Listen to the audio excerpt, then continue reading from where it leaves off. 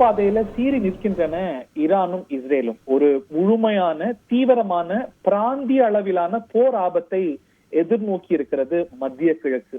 ஒரு all out regional வார் என்று சொல்வார்களே, பல சக்திகள் களமாடக்கூடிய பிராந்திய யுத்தத்துக்கான ஆபத்து முன் எப்போதும் இல்லாத அளவுக்கு அதிகரித்திருக்கிறது. ஏற்கனவே உங்களுக்கு எல்லாம் தெரியும், இஸ்ரேல் ஹமாஸ் யுத்தம் 10 மாதங்களாக தொடர்ந்து வருது.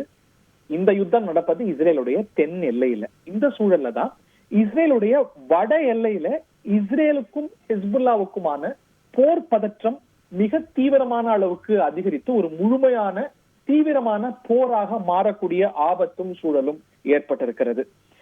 ஹெஸ்புல்லா இஸ்ரேலுடைய கட்டுப்பாட்டில் இருக்கக்கூடிய கோலன் குன்றுகள்ல தாக்குதல் நடத்தியது. இஸ்ரேலிய குழந்தைகள் 12 பேர் கொல்லப்பட்டாங்க. இதற்கு பதிலடியாக ஹெஸ்புல்லாவுடைய முக்கியமான கமாண்டர் ஹுவாட் ஷுக்குர் என்பவரை குறிவைத்து நேற்று இஸ்ரேல் பெய்ரூட்ல நடத்திய தாக்குதல்ல அவர் கொல்லப்பட்டதாக கூறப்பட்டிருக்கு.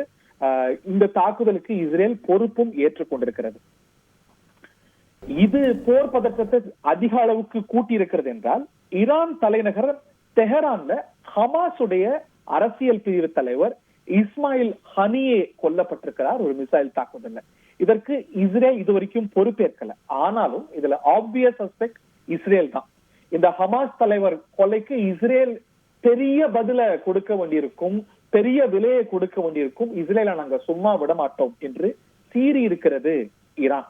நாங்க தக்க பதிலடியை கொடுப்போம் அப்படின்னு எச்சரித்திருக்கிறாங்க. ஒரு அசாதாரணமான வகையில எப்படி பதிலடி கொடுக்கலாம் இஸ்ரேலுக்கு என்று தனது தேசிய பாதுகாப்பு கவுன்சிலை கூட்டி ஆலோசித்து விவாதித்து வருகிறது ஈரான் அரசு.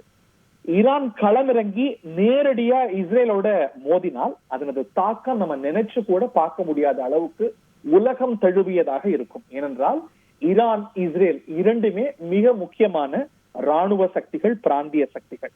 ஈரான் ஒருவேளை நேரடியாக களமிறங்காம அதனது பிராக்சிகளான ஹெஸ்புல்லா, ஹூத்திகள் இவங்களை எல்லாம் முழுமையான அளவுக்கு இஸ்ரேலோட போரிட செய்தாலும் கூட அதனது தாக்கம் உலகம் தழுவியதா இருக்கும், ரொம்ப பயங்கரமானதாக இருக்கும். காரணம், ஹமாஸை விட பன்மடங்கு ஆயுத பலம் கொண்டது இஸ்ரேலுடைய மற்றும் ஒரு எதிரியான ஹெஸ்புல்லா.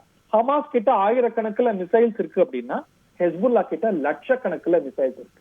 ஹெஸ்புல்லா இது வரைக்கும் தீவிரமா இஸ்ரேலோட போரிட ஆரம்பிக்கல.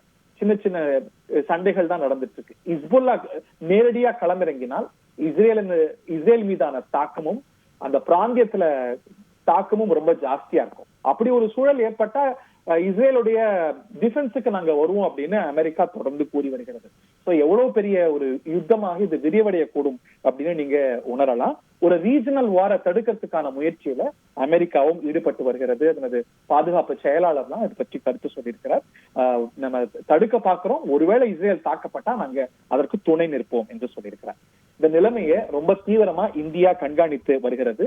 லெபனான்ல இஸ்ரேல் எல்லாம் இந்தியர்கள் பணியாற்றாங்க அப்படிங்கிறதுனால அவங்க எல்லாம் ஜாகிரதையா இருக்க சொல்லி இந்தியா அவங்களை அறிவுறுத்திருக்கிறது. ஈரான் இஸ்ரேல் 2 தேசங்களோடும் நல்லுறவு கொண்டிருக்கக்கூடிய தேசம் இந்தியா என்பதும் குறிப்பிடத்தக்கது. பல நாடுகள் இந்த போர் பதற்றத்தை குறைக்கிறதுக்கு முயற்சி செய்யலாம். ஆனாலும் கூட ஒரு ஆல் அவுட் ரீஜனல் வார், ஒரு பிராந்திய யுத்தத்துக்கான ஆபத்தை எதிர்நோக்கி இருக்கிறது மத்திய கிழக்கு. கூடுதல் தகவல்களுக்கு நன்றி ஹரிஹரன். செய்திகளை உடனுக்குடன் தெரிந்து கொள்ள உடனே சப்ஸ்கிரைப் பண்ணுங்க.